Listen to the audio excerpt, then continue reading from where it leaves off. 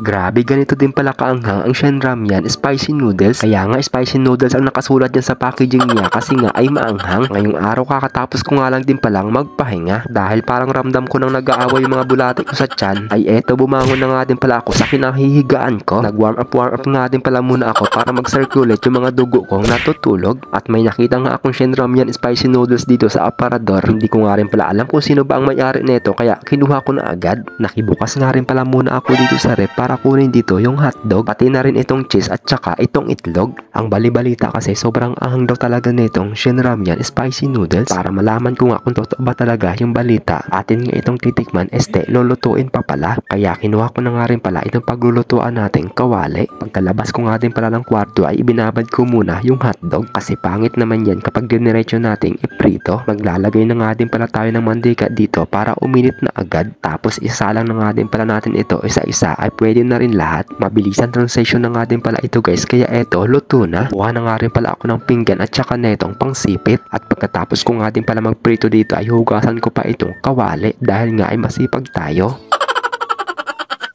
Magpapakulo na nga din pala tayo ng tubig dito para sa noodles dahil papalambutin ko nga din pala ito ng mga 1 oras.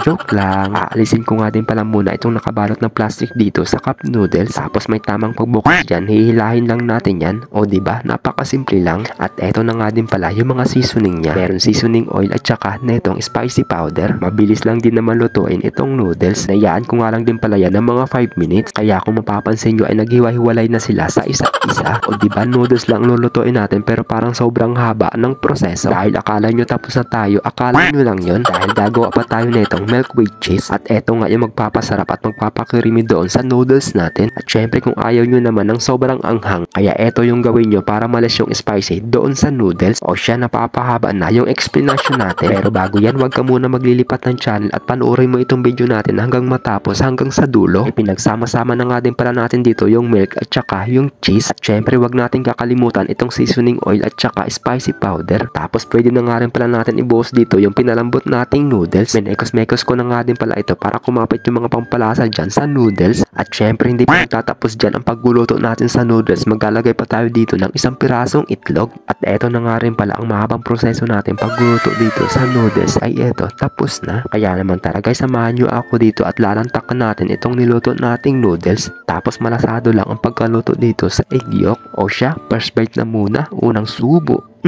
Grabe. No rice muna tayo ngayong araw at noodles lang muna ang kakainin natin. At syempre may kasama na din yan 3 pirasong hotdog. Dahil tinatamad na ako magsalin sa pinggan, dito na ako sa kawali kumain.